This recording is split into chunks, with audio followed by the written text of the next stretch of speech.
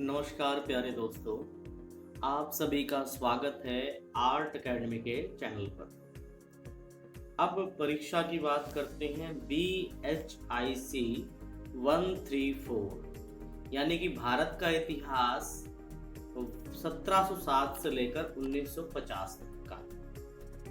ये एक ऐसा विषय है जहां पर आप 17वीं शताब्दी से लेकर देश की आज़ादी तक के इतिहास के मुख्य विषय को पढ़ते हैं।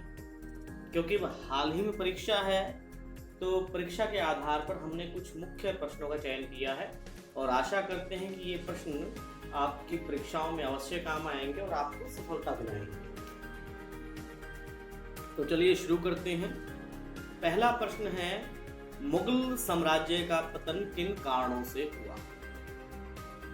मुगल साम्राज्य की स्थापना बाबर ने की थी और ये एक बड़ा राजवंश था जिसने लगभग 7 पीढ़ियों तक भारत पर शासन किया।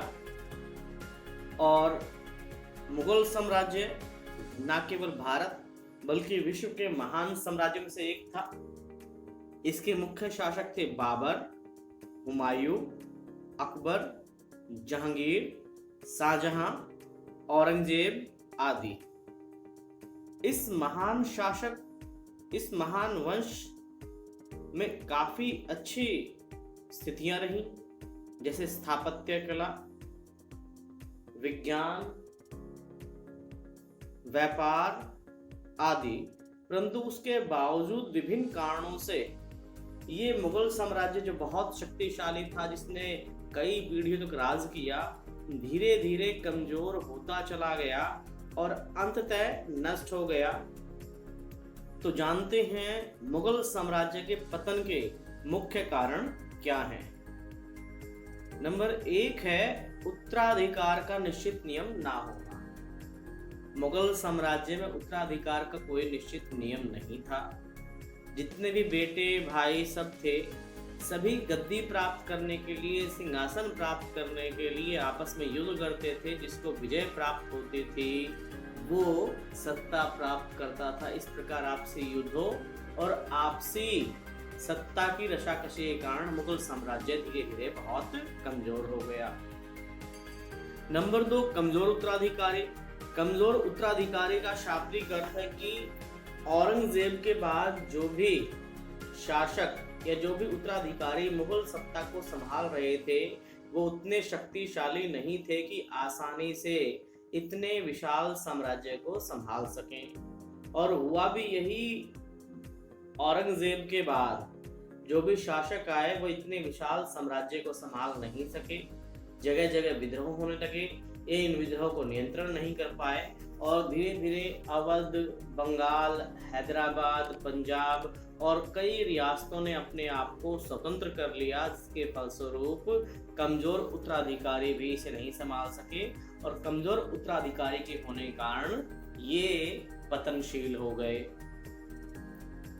नंबर 3, मुगल सरदारों का आपसी वैर। मुगल साम्राज्य भारत का एक बहुत बड़ा साम्राज्य था जो उत्तर भारत से लेकर दक्षिण भारत फैला हुआ था।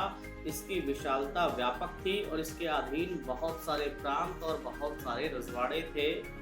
जैसे जैसे मुगल साम्राज्य कमजोर होने लगा, मुगल सरदार आपस में लड़ने लगे, इनके बीच रस्साकसी होने लगी।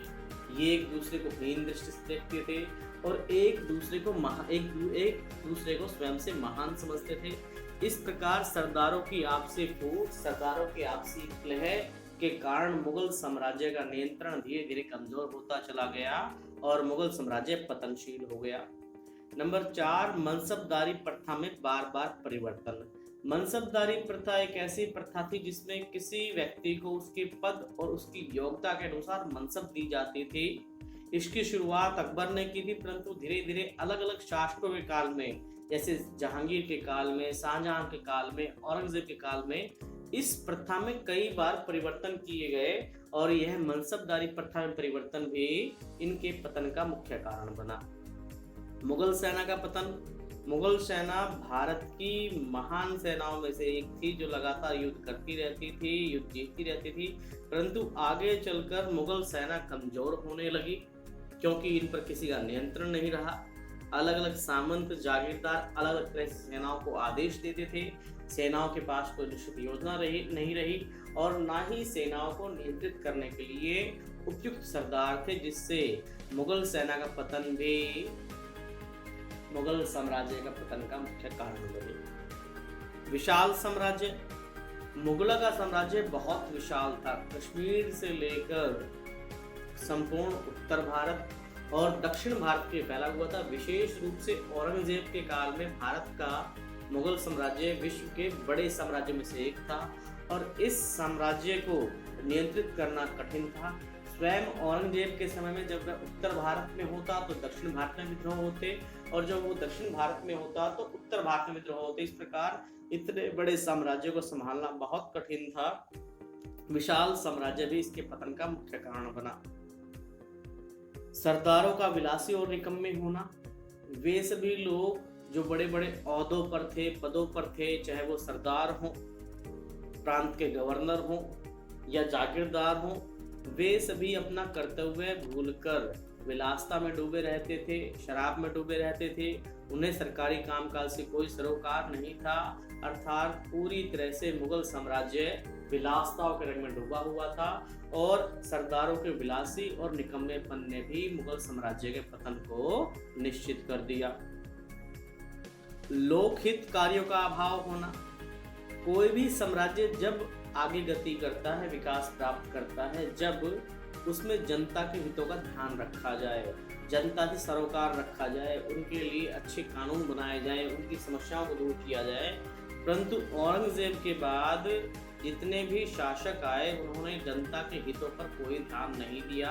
चारों तरफ विलासता पसर रही थी, इसलिए भी इनका पतन हो गया। मराठों का उदय। 17वीं शताब्दी में औरंगजेब के काल में ही मराठा एक नई शक्ति के रूप में स्थापित हो चुके थे और मराठे लगातार अपना विकास कर रहे थे और मराठों के सामने भी ये टिक नहीं पा रहे थे। इसलिए मराठा शक्ति का उदय भी मुगलों के पतन का कारण बना। औरंगजेब की दक्षिण नीति।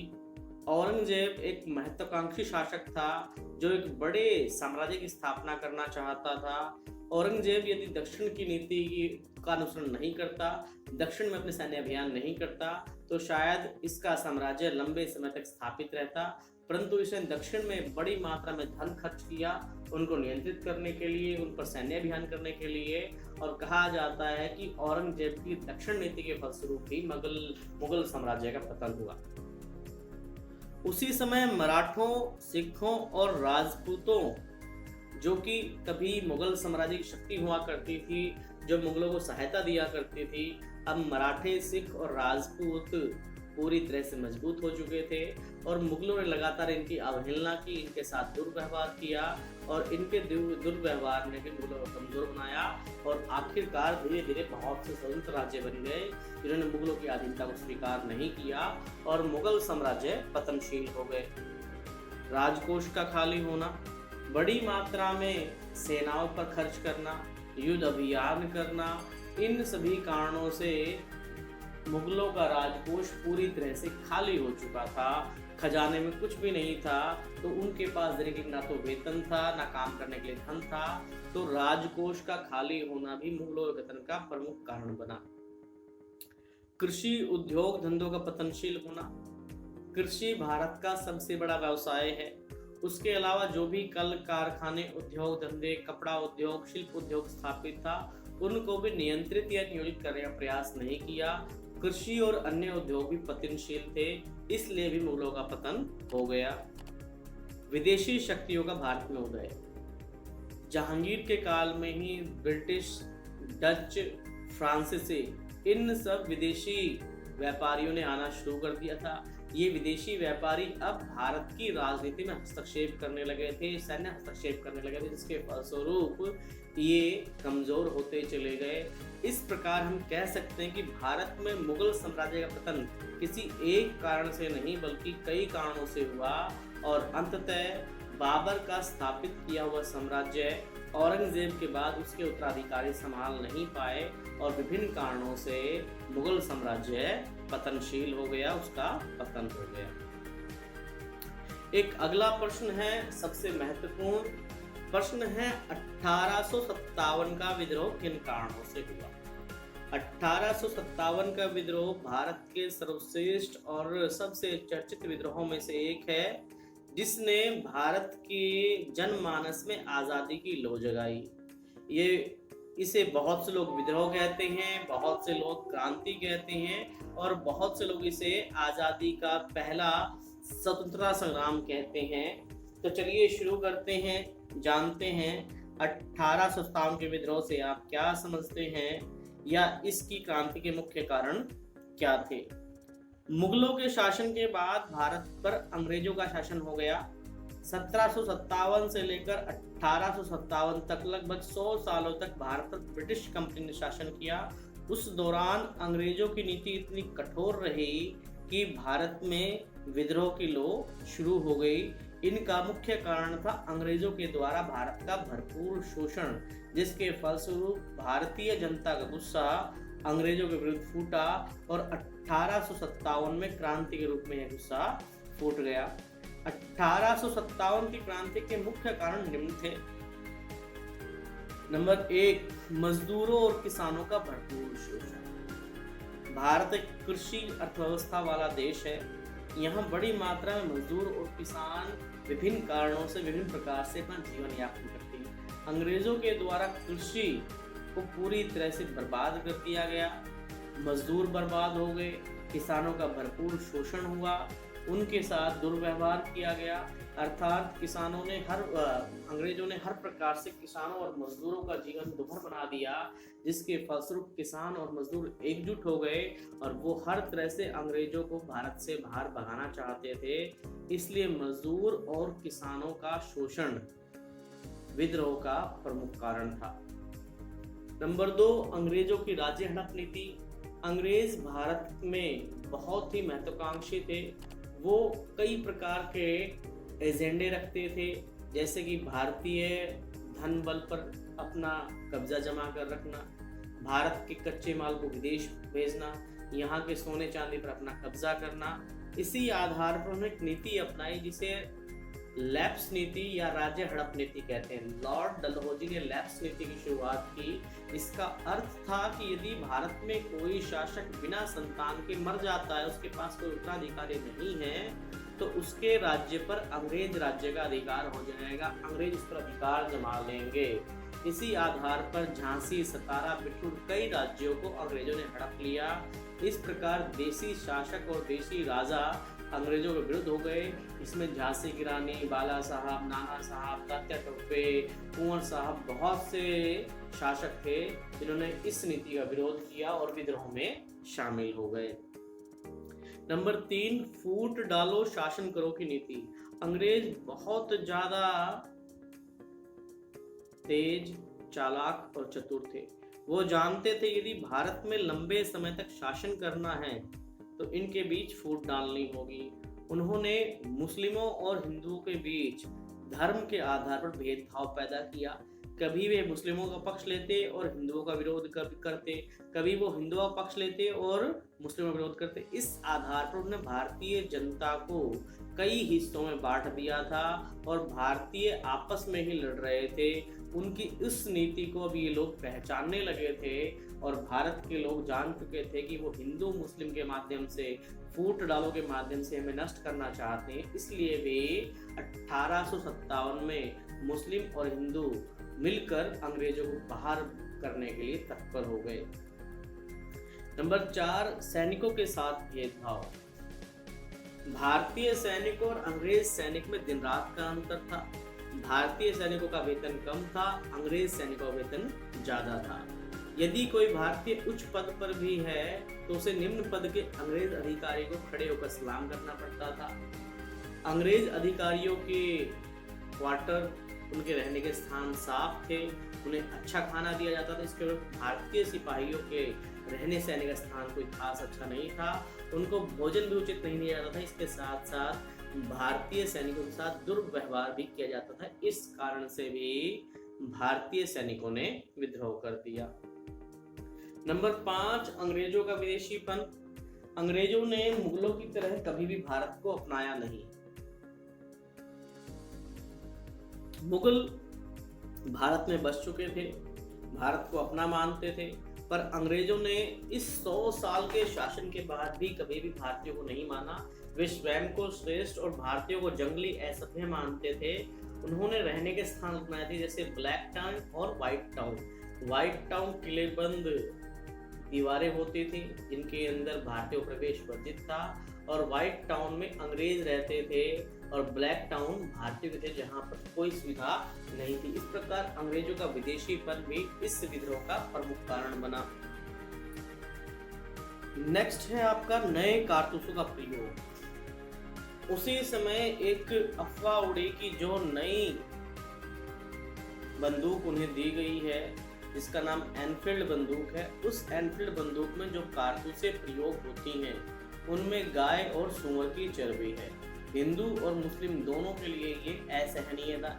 हिंदुओं के लिए गाय माता है, पवित्र है, वो उस कारतूस का प्रयोग नहीं कर सकते थे, और वहीं दूसरी तरफ सूअर मुस्लिमों के लिए बहुत ही घृणित वस्तु है, वो उसका नाम लेना पसंद नहीं करते। इस प्रकार ये कैसे संभव था कि वो उन कारतूसों को पहले दांत से काटते फिर प्रयोग करते। इस प्रकार नए कारतूसों की अफवाह ने भी क्रांति को उत्पन्न कर दिया। तत्कालीन कारण, उसी समय मेरठ की बैरकपुर छावनी में मंगल पांडे नाम के व्यक्ति ने अपने सार्जेंट की गोली मारकर हत्या कर दी, जिसके बाद छावनी में अंग्रेज अधिकारियों ने मंगल पांडे और उसके सहयोगियों को फांसी दे दी, और इसके साथ ही पूरे क्षेत्र में क्रांति का संचार हो गया, क्रांति शुरू हो गई। कुल मिलाकर हम कह सकते हैं कि 1857 का विद्रोह भारत के सबसे बड़े विद्रोह में से एक था, और इस विद्रोह में कई ऐसे कारण थे जिसके कारण न केवल भारतीय बल्कि आम जनता, मजदूर, किसान, शासक और अन्य लोग शामिल थे, जिनका उद्देश्य था हर प्रकार से अंग्रेजों को भारत से बाहर निकाल देना।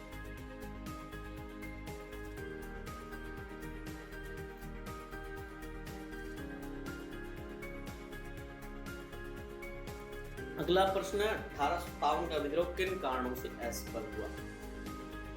1857 का विद्रोह कई कारणों से असफल हुआ। जिस समय यह विद्रोह हुआ उस समय लगने लगा था कि देश अब आजाद हो जाएगा, लेकिन कुछ आंतरिक कारणों के फलस्वरूप यह आंदोलन असफल हो गया। इसकी असफलता के मुख्य कारण निम्न है। नंबर 1, विद्रोह का तय समय से पहले शुरू हो जाना। यह विद्रोह जिस दिन शुरू होना था उससे कई दिन पहले शुरू हो गया, जिससे तैयारियां पूरी नहीं हो पाई और यह असफल हो गया। पूरे देश में विद्रोह का प्रसार न होना। 1857 का विद्रोह पूरे भारत में नहीं फैल सका। यह केवल कुछ खास इलाकों जैसे आपका उत्तर प्रदेश, बिहार, राजस्थान, मध्य प्रदेश, कुछ क्षेत्रों में ही सीमित रह गया। पूरे भारत में इसने गति प्राप्त नहीं की। नेताओं की आपसी फूट। इस आंदोलन में या इस विद्रोह में जो क्रांतिकारी, जो शासक भाग ले रहे थे, इनके बीच में फूट थी। ये आपस में एक दूसरे को विश्वास नहीं करते थे। इन्होंने आपस में किसी को सहयोग करने का प्रयास नहीं किया। इस प्रकार इनकी आपसी फूट ने भी आंदोलन को असफल बना दिया। किसी निश्चित योजना का ना होना। ये सभी नेता, ये सभी शासक बस लड़ते जा रहे थे। इनके पास कोई निश्चित योजना का अभाव नहीं था कि क्या करना है, किस प्रकार से करना है, सत्ता की पाल को कैसे संभाली जाएगी। अगला है शक्तिशाली राज्यों का अंग्रेजों पक्ष में होना। वे सभी राज्य जैसे मराठा, सिख, निजाम, जो इस समय भारत के शक्तिशाली राज्य थे, इन्होंने विद्रोहियों का साथ न देकर अंग्रेजों की सहायता की ताकि वे विद्रोह को दबा सकें। इस कारण से भी यह विद्रोह असफल हो गया। इसके साथ साथ खाद्य सामग्री और सैन्य सामानों का अभाव था। भारतीय सैनिकों के पास ना तो खाने का उचित प्रबंध था, ना उनके पास उचित सैन्य हथियार थे। वे तलवार, बर्छी, तीर धनुष, कुल्हाड़ी और कृषि उपकरणों के माध्यम से विद्रोह कर रहे थे, और जबकि अंग्रेजों के पास अच्छे खासे हथियार, बुलेट, बंदूकें और एक सैनिक टुकड़ी थक जाने के बाद दूसरी सेना मोर्चा संभाल लेती। इस प्रकार भारतीयों के पास ना तो खाद्य सामग्री थी और ना ही सैन्य सामग्री थी। इस कारण से वे इस विद्रोह में सफलता प्राप्त नहीं कर सके। शिक्षित मध्य वर्ग का सहयोग ना मिलना। भारत का एक वर्ग जो अपने आप में शिक्षित कहलाता था या मध्यम वर्ग था, उसको लगता था कि अंग्रेजों का रहना ही भारत में बेहतर है। उन्होंने हर प्रकार से इस विद्रोह का विरोध किया और शिक्षित मध्य वर्ग ने इस विद्रोह में कोई भी किसी तरह की सहायता नहीं दी। इस कारण से भी 1857 का विद्रोह असफल हो गया। इस प्रकार हम कह सकते हैं कि इसका विद्रोह कई कारणों से असफल हो गया। अगला प्रश्न है, कृषि के व्यावसायीकरण से आप क्या समझते हैं या कृषि के व्यापारीकरण से आप क्या समझते हैं? आइए शुरू करते हैं। व्यावसायीकरण का अर्थ है आर्थिक गतिविधियों का निर्धारण करना। कृषि मुख्य रूप से दो प्रकार की होती है। एक वह जब आप केवल आत्मनिर्वाह के लिए, केवल अपने जीवन निर्वाह के लिए कृषि कार्य करते हैं, और जब आप किसी फसल का उत्पादन इस उद्देश्य से करते हैं कि उसे बाजार में बेचकर लाभ प्राप्त किया जाएगा, कृषि का व्यापारीकरण कहलाता है। हालांकि कृषि का व्यापारीकरण मुगल काल में भी था, परंतु अंग्रेजों ने कृषि के व्यापारीकरण पर जोर दिया। उन्होंने भारतीय किसानों पर जोर दिया कि वे जूट, कपास, गन्ना, चाय और दूसरी उन फसलों का उत्पादन करें जिन्हें आसानी से बाजारों में बेचकर लाभ कमाया जा सके, और इन फसलों को वो कच्चे माल की तरह प्रयोग करते थे। इस प्रकार कृषि के व्यापारीकरण ने भी भारतीय कृषि को बर्बाद करने में या भारत में अकालों की स्थिति को मजबूत करने में या भारत में कृषि संकट को बनाने में महत्वपूर्ण भूमिका निभाई। अगला प्रश्न है, भूव्यवस्था से आप क्या समझते हैं या भारत में ब्रिटिश काल की भूव्यवस्थाओं की व्याख्या कीजिए। भूव्यवस्था का शाब्दिक अर्थ है भूमि की व्यवस्था, अर्थात वह व्यवस्था जिसके माध्यम से लगान की वसूली की जाती है। भारत में आजादी से पहले मुख्य रूप से 3 भूव्यवस्थाएं थीं। नंबर 1 स्थायी बंदोबस्त, नंबर 2 महालवाड़ी बंदोबस्त और नंबर 3 रैयतवाड़ी। स्थायी बंदोबस्त का शाब्दिक अर्थ है परमानेंट सेटलमेंट, एक ऐसी प्रक्रिया जिसमें अंग्रेजों ने लगान वसूलने के लिए मध्यस्थ यानी जमींदारों को तैयार किया। जमींदार अपने इलाके के रसूखदार, गुंडे या बड़े लोग होते थे, उनको जमीन का मालिकाना हक दे दिया गया। वे प्रति वर्ष उनसे निश्चित लगान वसूल करते थे और उसी को वो चाहते थे। उसके बदले जमींदार किसानों से मनचाहा लगान वसूल करते थे। लगान ना दे पाने की स्थिति में, लगान कम देने की स्थिति में किसान को भूमि से बेदखल कर दिया जाता था। यदि समय पर लगान ना दिया जाए तो भूमि छीन ली जाती थी। इसके साथ साथ यदि वर्षा ना अच्छी हो, फसल खराब हो जाए, तो राजाओं के द्वारा जो सुविधा दी जाती थी लगान माफ करने की, अंग्रेजों ने कोई लगान माफ ना करने का फैसला किया, अर्थात फसल अच्छी हो या ना हो लगान पूरा देना पड़ेगा। इस प्रकार स्थायी बंदोबस्त जमींदारी बंदोबस्त के नाम से भी जानते हैं। दूसरा है महालवाड़ी। महालवाड़ी व्यवस्था का अर्थ है कि गांव का जो मुखिया या गांव का जो मुख्य आदमी होगा, वह गांव के सभी किसानों से उनकी फसल के अनुरूप लगान एकत्र करेगा और उस लगान को राजकोष में जमा कर देगा। इसे महालवाड़ी व्यवस्था कहा जाता है। नंबर 3 रैयतवाड़ी बंदोबस्त। रैयत का शाब्दिक अर्थ है किसान। इस व्यवस्था में जो किसान जिस भूमि का मालिक है, उस भूमि में अपनी उपज का जो भी उसका निश्चित भाग होगा, उस निश्चित भाग के अनुसार उस लगान को जाकर स्वयं राजकोष में जमा कर देगा। इस प्रकार भारतीय व्यवस्था में 3 मुख्य भू व्यवस्थाएं थी, स्थायी बंदोबस्त, महालवाड़ी और रैयतवाड़ी। इन सब का उद्देश्य है भूमि से निश्चित लगान वसूलना था, ताकि लगान के माध्यम से राजकोष को भरा जा सके। अगला प्रश्न है, अनऔद्योगिकरण से क्या अभिप्राय है? अनऔद्योगिकरण का शाब्दिक अर्थ है उद्योगों को नष्ट करना, उद्योगों को विस्थापित करना, यानी कि किसी क्षेत्र में स्थापित उद्योगों को किसी नीति के तहत नष्ट कर देना। जब अंग्रेज भारत में आए थे, उस समय भारत के उद्योग पूर्णतः स्थापित थे। भारत में कई प्रकार के कल कारखाने थे, हस्त उद्योग थे, शिल्प उद्योग थे, परंतु अंग्रेजों ने अपने व्यापार को जमाने के लिए, लाभों को प्राप्त करने के लिए भारत में ऐसी व्यापारिक नीति अपनाई, ऐसी आर्थिक नीति अपनाई जिससे भारतीय उद्योग नष्ट होते चले गए। अनौद्योगिकरण का शाब्दिक अर्थ है उद्योग, कल कारखाने, शिल्प, कला, लघु उद्योगों को इस प्रकार से विस्थापित करना कि उनकी मांग उस स्थान से समाप्त हो जाए वे तहस नहस हो जाए। किसी क्षेत्र में विशेष नीतियों के तहत विशेष कारणों के फलस्वरूप उद्योगों को नष्ट करना अनौद्योगिकरण कहलाता है। इससे वहां की आर्थिक स्थिति कमजोर हो जाती है। भारत में अंग्रेजों ने अपने व्यापार को स्थापित करने के लिए भारतीय उद्योगों को विस्थापित कर दिया। इस प्रकार उन्होंने तमाम ऐसी नीतियां अपनाई, जैसे कर अधिक लगाना, प्रतिबंध लगाना, कच्चे माल को सस्ते दामों पर खरीदना, भारत के तैयार माल पर अधिक कर लगाना ताकि उसकी मांग समाप्त हो जाए और अपने तैयार माल को सस्ते दामों पर बेचना। इस प्रकार वे सभी नीतियां जिससे भारतीय उद्योग पूरी तरह से जर्जर हो गए और लोगों ने उद्योग छोड़कर खेती को अपना लिया, ताकि व्यापार पर अंग्रेजों का एक तरह से नियंत्रण हो गया। इस स्थिति को ही अनौद्योगिकरण कहा जाता है।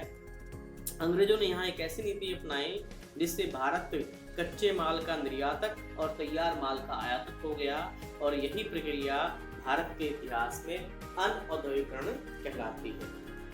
अगला प्रश्न बहुत महत्वपूर्ण है। उपनिवेशवाद से आप क्या समझते हैं? उपनिवेशवाद को आप कितने भागों में बांट सकते हैं?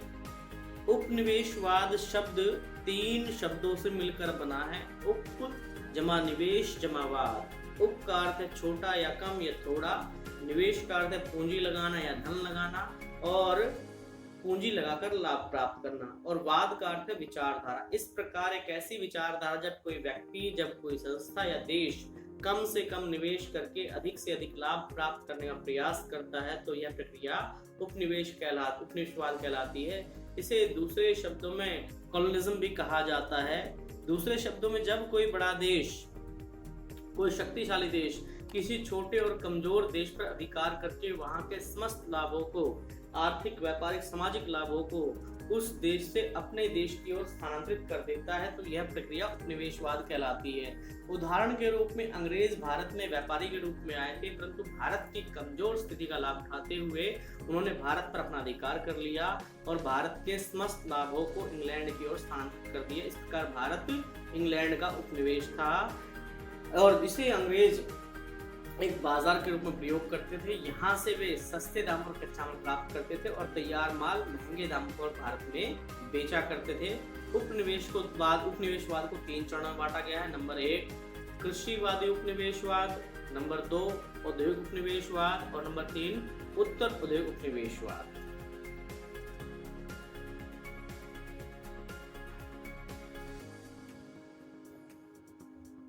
अगला प्रश्न है, तर्कवाद से आप क्या समझते हैं? तर्कवाद शब्द 2 शब्दों से मिलकर बना है, तर्क और वाद। तर्क का अर्थ होता है कारण और वाद का अर्थ है विचारधारा। तर्कवाद एक ऐसी विशिष्ट विचारधारा है जिसमें व्यक्ति कारण और संबंधों और परिणामों की व्याख्या करता है, अर्थात वह किसी भी चीज पर आंख मूंद कर विश्वास नहीं करता है, वह कही गई बात को सिद्ध करने पर बल देता है। यानी कि जो बात कही गई है, बताई गई है, उसको सिद्ध करके दिखाया जाए। 14वीं शताब्दी में यूरोप के अंतर्गत इसी विचारधारा का विकास हुआ, जिसके फलस्वरूप यूरोप में मानववाद, वैज्ञानिकवाद, साम्राज्यवाद जैसी विचारधारा का उदय हुआ और कुल मिलाकर यह विचारधारा विशिष्ट रूप से कारण और संबंधों की व्याख्या करती है। क्या है, कैसे है, क्यों है। यह प्रत्येक प्रश्न, तथ्य, संबंधों आदि के कारणों को जानने का प्रयास करती है और वैज्ञानिक कसौटी पर परख कर प्रस्तुत करती है। तर्कवाद कहलाती है। अगला प्रश्न है, समाज सुधार से आप क्या समझते हैं? समाज सुधार आंदोलनों से आप क्या समझते हैं? भारत के संदर्भ में समाज सुधार आंदोलनों की व्याख्या कीजिए।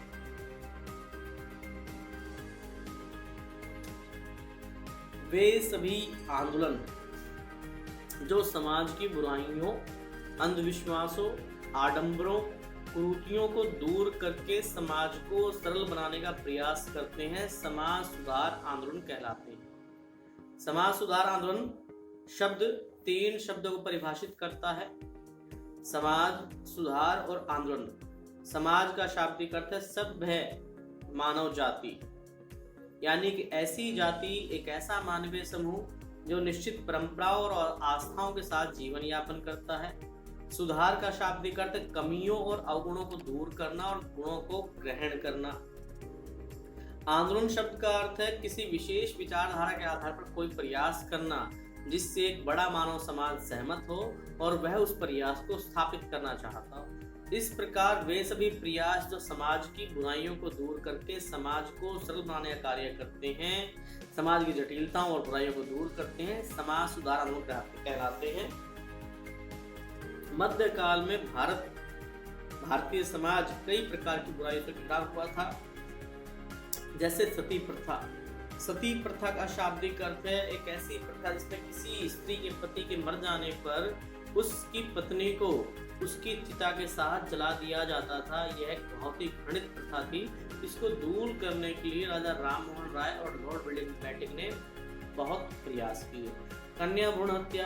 भारत एक पुरुष प्रधान देश है और यहाँ पर संतान के रूप में पुरुषों को चयन किया जाता है। तो एक ऐसी विधि जिसमें कन्या के जन्म लेने पर उसको पैदा होते ही मार दिया जाए, कन्या भ्रूण हत्या कहलाता है। विधवा समस्या। विधवा समस्या भारत की सर्वोच्च समस्या थी। एक ऐसी स्थिति जिसमें किसी स्त्री के पति के मर जाने पर उसे दोबारा विवाह करने की छूट नहीं है। वह सफेद वस्त्र धारण करेगी, वह सिर पर बालों को नहीं रखेगी, उसके लिए हर प्रकार की खुशियां निषेध कर दी जाएंगी। और भारत में इस समय बाल विवाह प्रचलित था, तो बाल विधवाओं की समस्या सर्वाधिक चरम पर थी। बाल विवाह का शाब्दिक अर्थ वे सभी बालक बालिका जिनको अभी यह भी नहीं पता है कि वे क्या हैं, उनकी स्थिति क्या है, मतलब वे पूरी तरह से अबोध हैं, उस उम्र में उनका विवाह करा देना बाल विवाह भारत की कन्या समस्या थी। जातिवाद और छुआछूत। भारत में वर्णाश्रम है, यानी कि ब्राह्मण, क्षत्रिय, वैश्य और शूद्र, और इसी आधार पर भारतीय समूह कई प्रकार की जातियों और खंडित जातियों बटा हुआ है, और ये सभी जातियां छुआछूत और अस्पृश्यता से भरी हुई हैं, अर्थात जिनमें जाति के आधार पर अत्यधिक भेदभाव किया जाता है। धार्मिक पाखंड। भारत में धर्म के आधार पर जैसे हिंदू, मुस्लिम, हिंदू सिख, हिंदू ईसाई और अन्य प्रकार से एक धर्म दूसरे धर्म से अकारण ही नफरत और द्वेष रखता है। सांप्रदायिकता का शाब्दिक अर्थ है जब कोई विशेष धर्म अपने धर्म को सर्वोच्च माने परंतु दूसरे धर्म को हीन दृष्टि से देखकर उसे नष्ट करने का प्रयास करता है, सांप्रदायिकता कहलाता है। इस प्रकार इन सभी बुराइयों को दूर करने के लिए भारत में कई प्रकार के समाज सुधार आंदोलन हुए और इनमें कई महत्वपूर्ण व्यक्तियों ने अपनी भूमिका निभाई, जैसे Raja Ram Mohan Roy, Ishwar Chandra Vidyasagar, Keshav Chandra Sen, E V Ramaswamy Naicker, sir Syed Ahmed Khan, doctor B R. Ambedkar, Jyotiba Phule, Fatima Bibi, Dadabhai Naoroji और महात्मा गांधी आदि।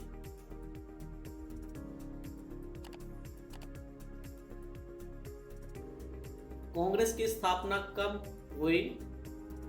नरम दल और गरम दल की व्याख्या कीजिए।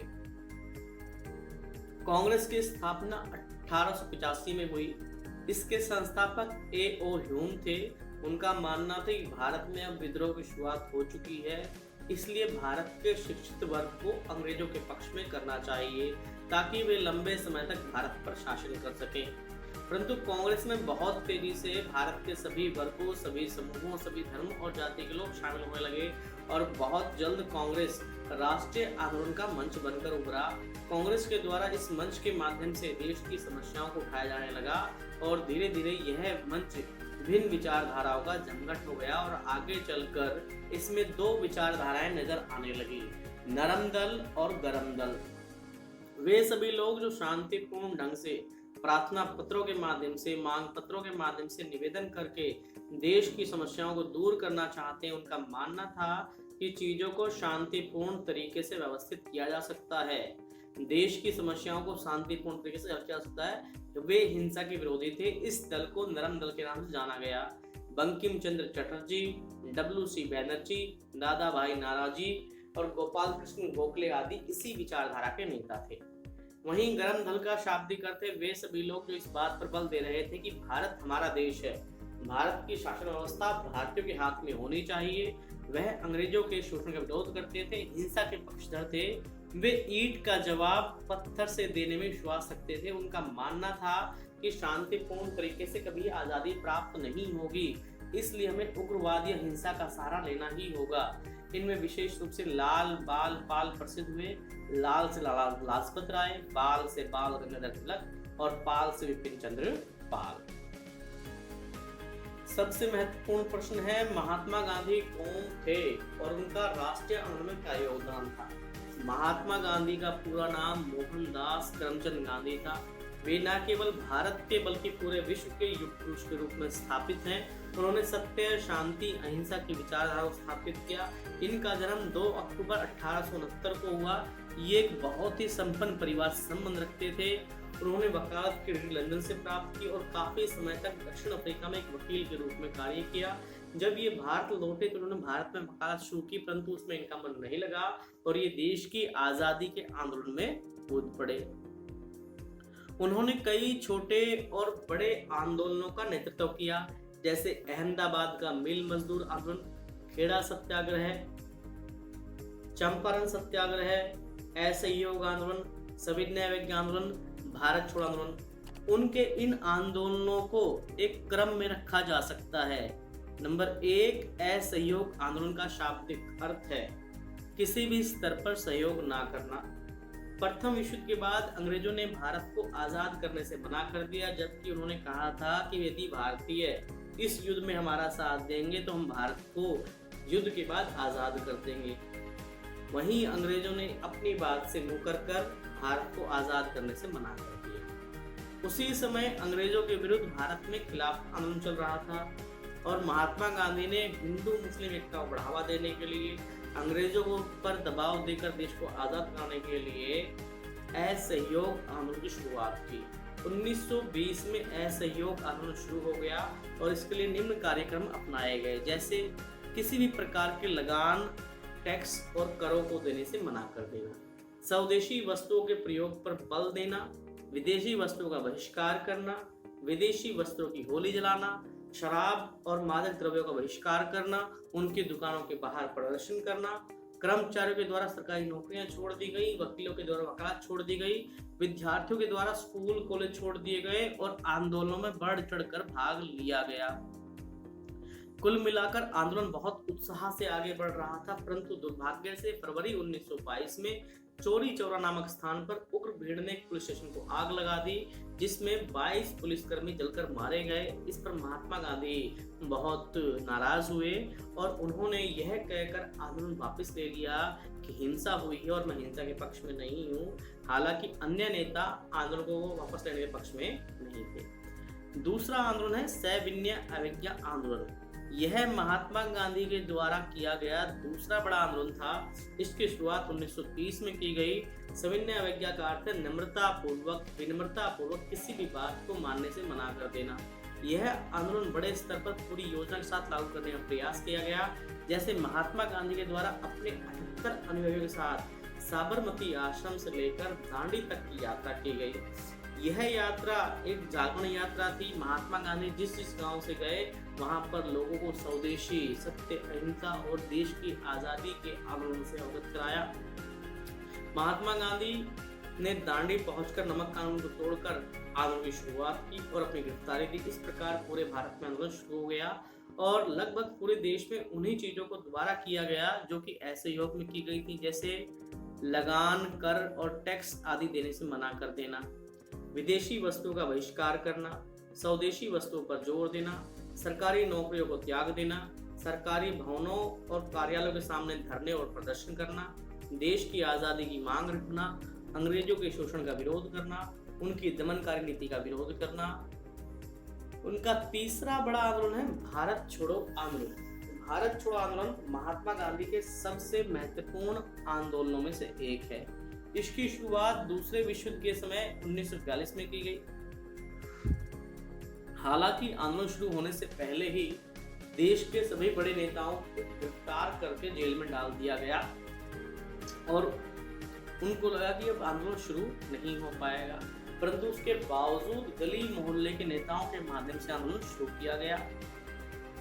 इन गली मोहल्ले के नेताओं को पत्रों के माध्यम से, संदेशों के माध्यम से दिशा निर्देश मिल रहे थे और वह शांति और अहिंसा के माध्यम से आंदोलन को गति दे रहे थे। महात्मा गांधी ने इस आंदोलन में अंग्रेजों भारत छोड़ो और करो या मरो जैसे महत्वपूर्ण नारे दिए।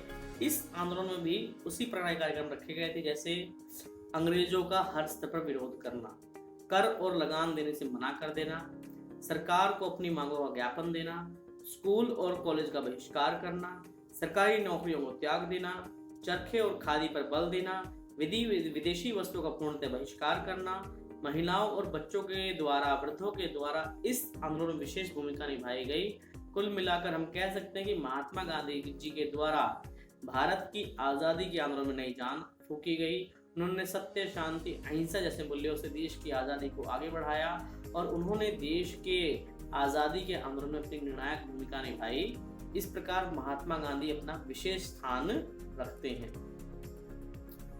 अगला प्रश्न है, सांप्रदायिकता से आप क्या समझते हैं? भारत का विभाजन संप्रदाय के आधार पर हुआ, व्याख्या कीजिए। सांप्रदायिकता शब्द संप्रदाय से बना है, यानी एक विशेष मानवीय समुदाय जो किसी धर्म के आधार पर जीवन यापन करता है। भारत एक बहुधर्मी देश है। देश में हिंदू, मुस्लिम, सिख, ईसाई, बौद्ध, जैन, पारसी आदि रहते हैं, परंतु भारत में दो बड़े धार्मिक समूह हिंदू और मुस्लिम हैं। आज़ादी के दौरान ही अंग्रेजों ने भारत में फूट डालो शासन करो नीति के बीज डाल दिए थे। वे कभी हिंदुओं का पक्ष लेते और कभी मुस्लिमों का पक्ष लेते, और वे कभी मुस्लिमों का पक्ष लेते और कभी हिंदू पर अत्याचार करते। कुल मिलाकर वे हिंदू मुस्लिम में फूट डालकर अपनी योजनाओं को आगे बढ़ा रहे थे। इस प्रकार भारत में एक संप्रदाय का प्रयोग एक दूसरे संप्रदाय के खिलाफ कर रहे थे। इसी दौरान भारत में मुस्लिम लीग और विश्व हिंदू संघ की स्थापना हो चुकी थी। दोनों ही संगठन धर्म के आधार पर देश का विभाजन चाहते थे और 1930 के बाद धर्म के आधार पर देश विभाजन की मांग जोर पकड़ने लगी। इसलिए जब अंग्रेज भारत को छोड़कर गए, उन्होंने भारत की आज़ादी को धर्म के आधार पर विभाजित कर दिया। उन्होंने देश के दो टुकड़े कर दिए, हिंदुओं के लिए हिंदुस्तान और मुस्लिमों के लिए पाकिस्तान। कुल मिलाकर सांप्रदायिकता एक ऐसी स्थिति थी जिसने धर्म के आधार पर देश का बंटवारा करा दिया। यह विभाजन इतना दुर्भाग्यपूर्ण था कि लोग धर्म के आधार पर एक दूसरे का कत्लेआम कर रहे थे और लाखों की संख्या में दोनों ही तरफ लोग मारे गए, और इसमें इतनी ज़्यादा दुर्भाग्यपूर्ण स्थिति थी कि लोग जो आपस में एक साथ मिलजुल कर रहते थे, प्रेम से रहते थे, वही लोग आपस में एक दूसरे के जानी दुश्मन हो चुके थे और धर्म के आधार पर हत्या करने को तैयार थे। इस प्रकार यह धार्मिक विभाजन बहुत ही दुर्भाग्यपूर्ण था। अगला प्रश्न है, साम्राज्यवाद से आप क्या समझते हैं? साम्राज्यवाद का विकास 17वीं शताब्दी के बाद हुआ, जब औद्योगिक क्रांति के फलस्वरूप बड़ी मात्रा में वस्तुओं का उत्पादन हो गया, तो यूरोप के लोग वस्तुओं को बेचने के लिए, लाभ कमाने के लिए एशिया, अफ्रीका और लैटिन अमेरिका की तरफ निकले। इन महाद्वीपों के देश अभी इतने सक्षम और वैज्ञानिक रूप से विकसित नहीं थे। यहाँ की कमजोर स्थिति का लाभ उठाते हुए यूरोप के देशों में सैनिक हस्तक्षेप के माध्यम से यहाँ पर अपना कब्जा जमा लिया। इन देशों को अपनी कॉलोनी और बाजार में स्थापित कर दिया। इसी व्यवस्था को ही साम्राज्यवाद कहा जाता है। दूसरे शब्दों में, जब कोई बड़ा देश अपने धन, बल और सैन्य शक्ति के आधार पर कमजोर देशों पर अधिकार करके वहां के लोगों को हड़प लेता है, तो इसको ही साम्राज्य नीति कहा जाता है। इंग्लैंड का भारत पर अधिकार साम्राज्यवाद का एक उदाहरण है। अगला प्रश्न है, धन की निकासी सिद्धांत या ड्रेन थ्योरी से आप क्या समझते हैं? ड्रेन थ्योरी का शाब्दिक अर्थ है निकासी सिद्धांत। ड्रेन को नाली, निकासी या नहर कहा जाता है। आज से लगभग 200-300 साल पहले सभी व्यापारिक यात्राएं पानी के जहाजों के माध्यम से होती थी। इस प्रकार यूरोपीय देश एशिया, अफ्रीका, लैटिन अमेरिका में पानी के जहाजों के माध्यम से यात्रा करते थे, व्यापार करते थे, और सभी गतिविधियां पानी के जहाजों में बढ़ती। उसी समय दादा भाई नारोजी ने अपनी पुस्तक ब्रिटिश रूल इन इंडिया में खुलासा करते हैं कि भारत की गरीबी का बड़ा कारण धन की निकासी सिद्धांत है, क्योंकि अंग्रेज यहाँ के समस्त लाभों को भारत से इंग्लैंड स्थानांतरित कर रहे हैं। वह कच्चे माल पर भी लाभ कमाते हैं और तैयार माल पर भी लाभ कमाते हैं, साथ ही साथ और भारत की जो धन संपदा है, सोना चांदी है, अमूल्य आभूषण है, उन सबको भी लूट कर पानी के जहाजों के माध्यम से इंग्लैंड भेज रहे हैं। इस लूट की प्रक्रिया को ही धन की निकासी सिद्धांत या ड्रेन सिद्धांत कहा जाता है।